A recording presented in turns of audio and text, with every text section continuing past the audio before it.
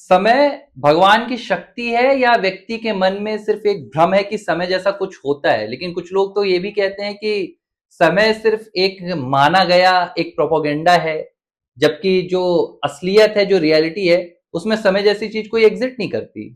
देखिए, ऐसा जो आपने जो प्रश्न किया कि ये समय या शक्ति है भगवान की या एक महज़ इल्यूज़न है, भ्रम है, ऐसा अक्सर हम सुनते भी हैं कि मतलब कई ऐसे मतलब चैनल हैं या कुछ मतलब साइंस के शोधकर्ता हैं, जो कि बताते हैं कि समय एक भ्रम है। तो देखिए, हम तो देखिए शास्त्रों के अकॉर्डिंग जो हम आपको बताएँगे इसकी सूचना, तो इसमें जो मानना है शास्त्र का कि समय जो है वो भ्रम नहीं है, समय भगवान की एक शक्ति है।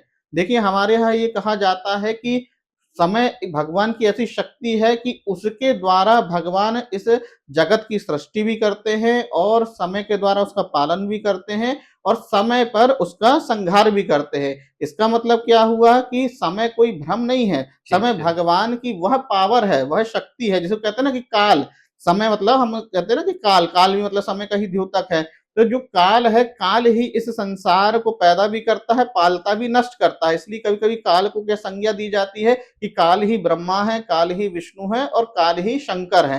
अर्थात भगवान की शक्तियों के नाम देते हैं, वो भी काल के माध्यम से। और देखिए कहीं-कहीं पुराणों में हमने कथा मतलब पढ़ी है, तो वहाँ पे भगवान जब सृष्टि करना होता है भगवान को, तो भगवान क्या कहते हैं कि मैं सबसे पहले अपनी काल शक्ति को जागृत करता हूँ और उस काल शक्ति से प्रकृति के गुणों में मतलब क्षोभ मतलब वाइब्रेशन पैदा करता हूँ। तो अर्थात काल की शक्ति से भगवान जब इस प्रकृति में मतलब क्षोभ या वाइब्रेशन पैदा करते हैं, तो कहीं न कहीं से स्पष्ट हो जाता है कि ये कोई भ्रम नहीं है, बल्कि ये भगवान की एक शक्ति है।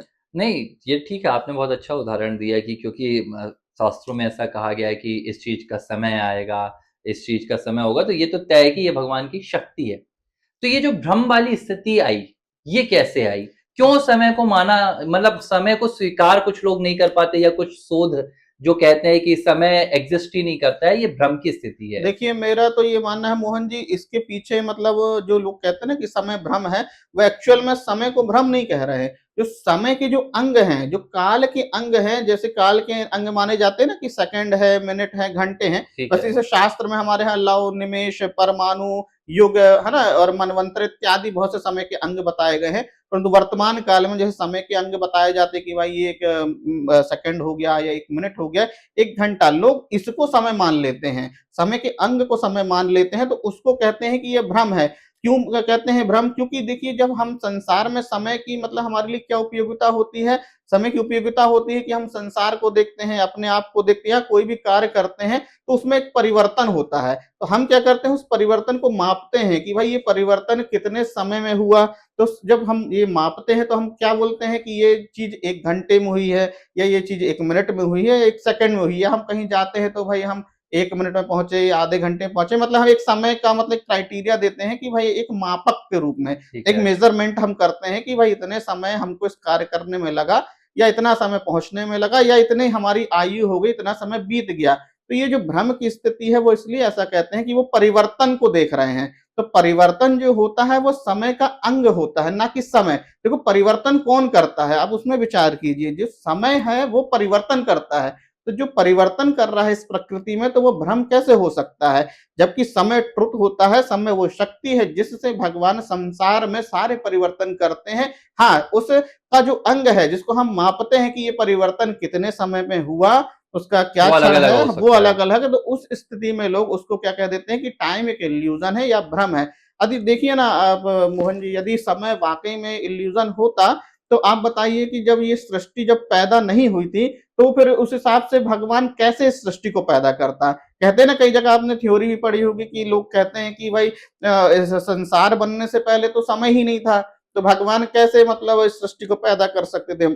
क्योंकि एक्चुअल में वो ये नहीं कह रहे हैं कि समय नहीं था, वो ये कह रहे हैं कि समय के जो वो अंग की गणना करते हैं ना, वो नहीं कि था। हाँ, वो नहीं था, समय तो था, लेकिन समय कैसा था? वह निष्क्रिय था। हमारे यहाँ कोई भी ऐसी चीज़ नहीं होती जिसको हम कहें नहीं नहीं था, क्योंकि हमारे यहाँ कभी भी अभाव से भाव की उत्पत्ति नहीं होती है। हमारे यहाँ सब चीज़ नित्य होती है, बस उसका प्राकट्य होता है। तो देखिए समय था, लेकिन निष्क्रिय रूप में था, फिर उस चेतन परमात्मा ने उस समय को सक्रिय कर दिया, फिर उस सक्रिय समय से सृष्टि का जो भी है मतलब कार्यकाल या जो भी उसकी व्यवस्था वो शुरू हो गई। मैं कुछ दिनों पहले आपसे जब चर्चा कर रहा था आर्ट फॉर अध्यात्म में, तो आपने ये भी कहा था कि भगवान समय के बंधन से मुक्त हैं। हाँ, हाँ, हाँ। और जो समय है, ये भगवान पर लागू नहीं होता। हाँ, जैसे कोई भी जीव हो, उसकी हाँ। एक आयु सीमा होती है, किसी भी वस्तु की आयु सीमा होती है, लेकिन भगवान किसी भी आयु सीमा में नहीं बंधे। और आपने ये भी कहा था हुँ, कि हुँ। चूंकि भगवान हमेशा से हैं, तो हाँ, उनका कोई बिगिनिंग पॉइंट नहीं है, कोई एंड पॉइंट नहीं है। बिल्कुल। तो ये समय सिर्फ प्रकृति के लिए है। बिल्कुल, बिल्कुल, ये समय प्रकृति के लिए है। देखिए, भगवान तो सदा से हैं और उनकी शक्ति भी सदा से है। तो उस हिसाब से देखेंगे तो जो भगवान की शक्ति काल है, वो भी सदा से है। लेकिन उसका जो प्राकट्य है, वो समय-समय पर होता है।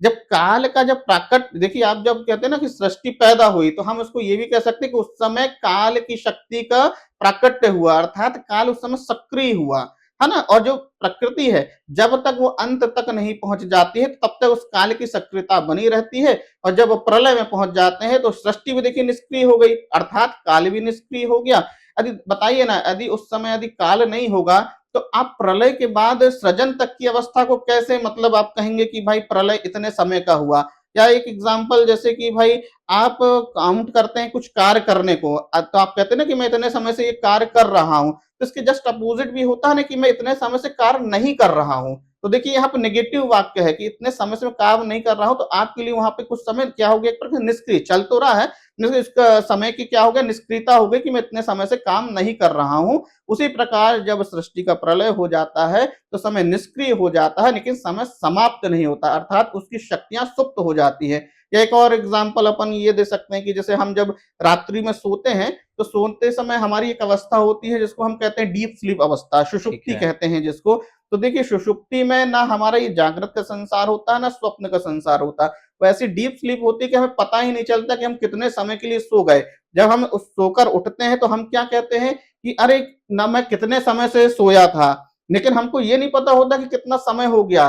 तो इसका क्या मतलब है कि हम कहीं ना कहीं क्या कह रहे हैं कि उस समय का हमारा वो समय निष्क्रिय था, और अब हम जग गए तो वो समय सक्रिय हो गया। तो समय जो है वो होता है, लेकिन उसकी अवस्था वो अलग अलग होती है। वो कभी सक्रिय होता है, कभी निष्क्रिय होता है। ठीक।